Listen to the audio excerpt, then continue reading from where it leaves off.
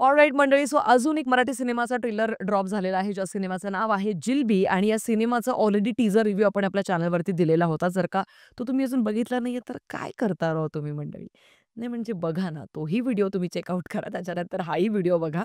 सध्या आपण जर का या ट्रेलरबद्दल बोलायचं झालं मंडळी, तर मला ना ट्रेलर आवडला राव. कारण का एकच भीती असते सारखी-सारखी, की यार ट्रेलरमधनं हे सगळे महत्त्वाचे पंचेस असतात, डायलॉग्स असतात, ॲक्शन सिक्वेन्सेस असतात किंवा महत्त्वाचे काही सीन्स असतात, की जे ते क्रिस्पी मोमेंट्स असतात अख्ख्या सिनेमातले, ते सगळं काही मिक्स करून ना हे ट्रेलरमधनं टाकत असतात आणि मग ॲक्चुअलमध्ये सिनेमा बघायला गेल्यानंतर आपल्याला काहीच वेगळं उरत नाही, सरप्रायझिंग एलिमेंट्स आणि तिथेच खूप जास्त हिरमोड होतो असं मला वाटतं. त्याच्यामुळे ट्रेलर व्यवस्थितपणे कट करणं फार गरजेचं असतं.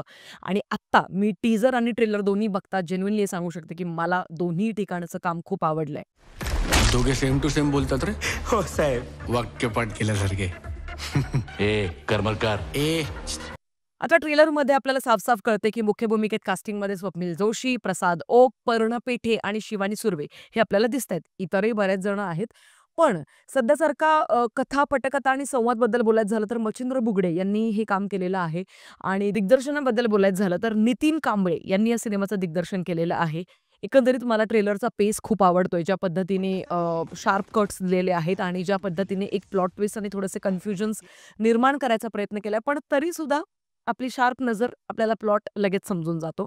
जेवढा प्लॉट एकंदरीत मला ट्रेलरमधनं कळलाय तो मी तुमच्यासमोर मांडणार आहे. कथा फार सोपी आहे. पण ती कशा पद्धतीने आपल्या सगळ्यांसमोर ते रचणार आहेत, त्यात सगळी गंमत असणार आहे. कथा या पद्धतीने आहे, की एक खूप बक्कळ मुंबईतलं असं श्रीमंत एक कुटुंब आहे, सुभेदार कुटुंब, ज्यांचा जावयाचा खून होतो आणि मग ऑफकोर्स थोडंसं फास्ट इन्व्हेस्टिगेशन व्हावं म्हणून एक स्पेशल पोलीस ऑफिसर विजय करमरकर यांच्याकडे ती केस सोपवली जाते आणि त्यांच्याकडनं अपेक्षा ठेवली जाते, की बाबा रे, ॲज युजुअल लवकरात लवकर जो खून आहे त्याचा शोध तुम्ही घ्या. तर त्यावेळेला ना विजय करमरकरचे जे वडील आहेत, ते स्वतः म्हणजे त्यांचं घरात सुद्धा अगदी बऱ्यापैकी वर्चस्व आहे आणि पोलीस स्टेशनमध्ये सुद्धा ते एक वरिष्ठ पोलीस अधिकारी असल्यामुळे तिथे सुद्धा त्यांचं वर्चस्व आहे. बरं, ते अत्यंत सत्यवादी आहेत आणि त्याच्यामुळे त्यांना सगळं काही अगदी सरळ मार्गाने गोष्टी व्हाव्यात अशी त्यांची इच्छा असते, अगदी स्वतःकडनं पण आणि मुलाकडनं पण. पण मग स्वप्नील जोशी थोडाफार मला करप्ट ऑफिसर का वाटतोय आय डोंट नो. मला ते वाइब्स निगेटिव्ह आणि कोल्ड वाइब्स येतायत त्याच्याकडनं. कमाल. टीझरमधनं सुद्धा मी ही गोष्ट मांडली होती.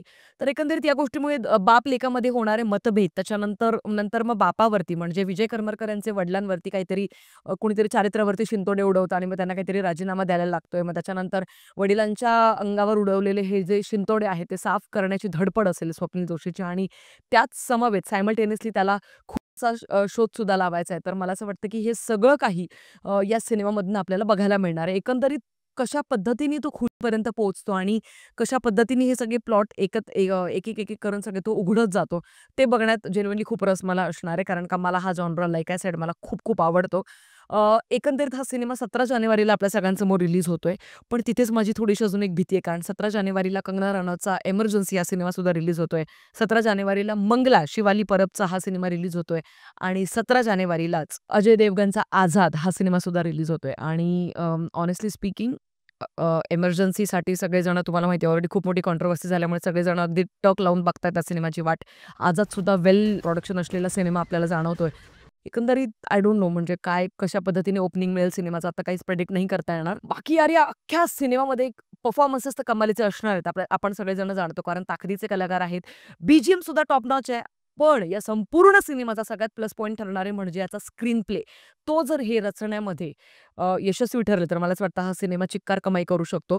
कारण या जॉनरामध्ये मराठी सिनेमासृष्टी फार जास्त चित्रपट बनवताना आपल्याला दिसत नाही. त्याच्यामुळे जर का असे तुरळक सिनेमे येत असतील तर नक्कीच प्रेक्षक त्यांना प्रतिसाद देतीलच असं मला वाटतं. एकंदरीत हा होता माझा रिव्ह्यू जिलबी या सिनेमाच्या ट्रेलरला घेऊन. 17 जानेवारी तारीख लक्षात ठेवा राव मंडळी. भेटूया या सिनेमाच्या रिव्ह्यूच्या व्हिडिओमध्ये. तोपर्यंत काळजी घ्या. Peace out. मला ना असं गोल गोल फिरवता येत नाही. मैं सीधा पॉइंट पे आता हूँ.